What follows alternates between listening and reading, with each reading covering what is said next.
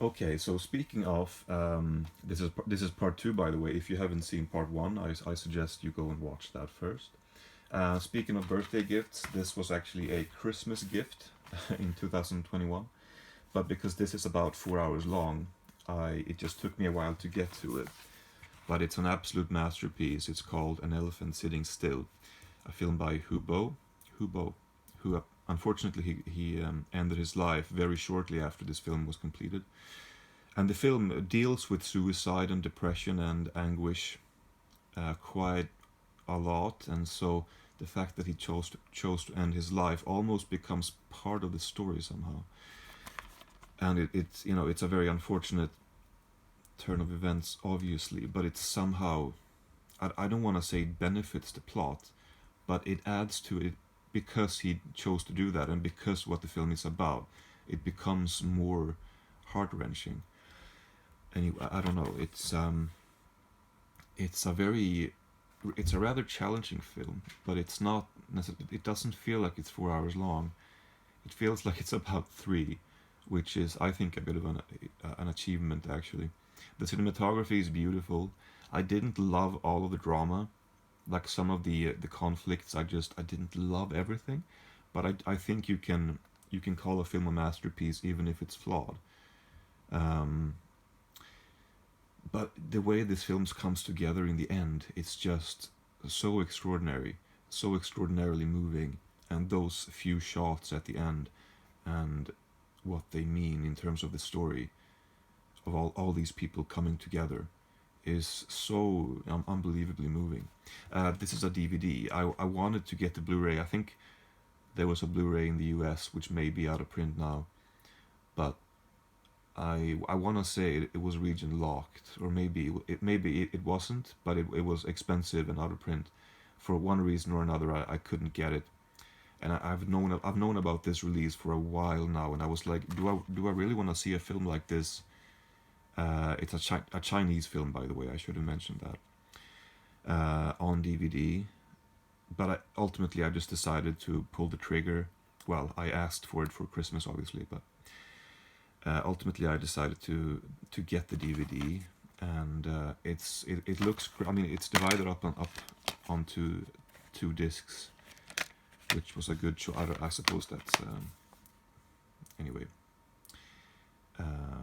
Never mind. But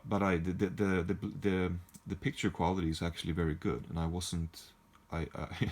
I'm not a connoisseur in terms of the technical aspects, but I think if you would have told me that this was a Blu-ray, you just put on the film and told me this is a Blu-ray, I don't think I would have necessarily questioned that. It really looks good.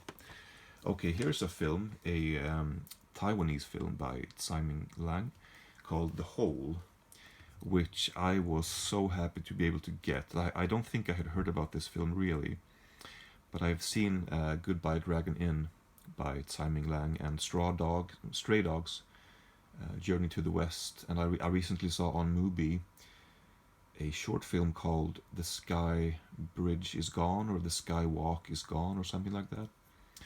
And this I was able to win as part of this auction a few months ago, and it's an old DVD, quite difficult to find now, and I hope this is gonna get a Blu-ray release at some point. I would imagine that it would eventually, unless there's rights issues, which sometimes might be the case, I suppose. But the significance of this hole in the ground here between two floors, connecting these two lonely people, a man and a woman, works on so many levels, and then it's like a post-apocalyptic, like dystopian, really bleak world uh, during a pandemic, in fact, or an epidemic at least. But then you have these musical scenes, and I was thinking, I'm not a huge fan of musicals. Is that really gonna work, the musical scenes? But they really do work. They complement the bleakness of the story in a very interesting way. And I'd like to talk more about that, but it's gonna be too long of a video. Let's see. I suppose I can show this next. I was a little bit disappointed with this. I have to admit, I liked the film Out of the Blue. Dennis Hopper directed this after almost a 1 decade hiatus from directing films after the last movie in the early 70s. This was made in 1980, starring himself and Linda Manz, who I saw recently in a film called The Wanderers, which was actually better than I was expecting it to be. I liked it more than I was expecting to like it. This I was a little bit disappointed with because I didn't feel like the potential of Linda Mann's acting and her character was fully explored, maybe, which is a bit of a harsh thing to say, maybe an unfair thing to say, but that happened to be my experience. The ending is I don't need to go into details, but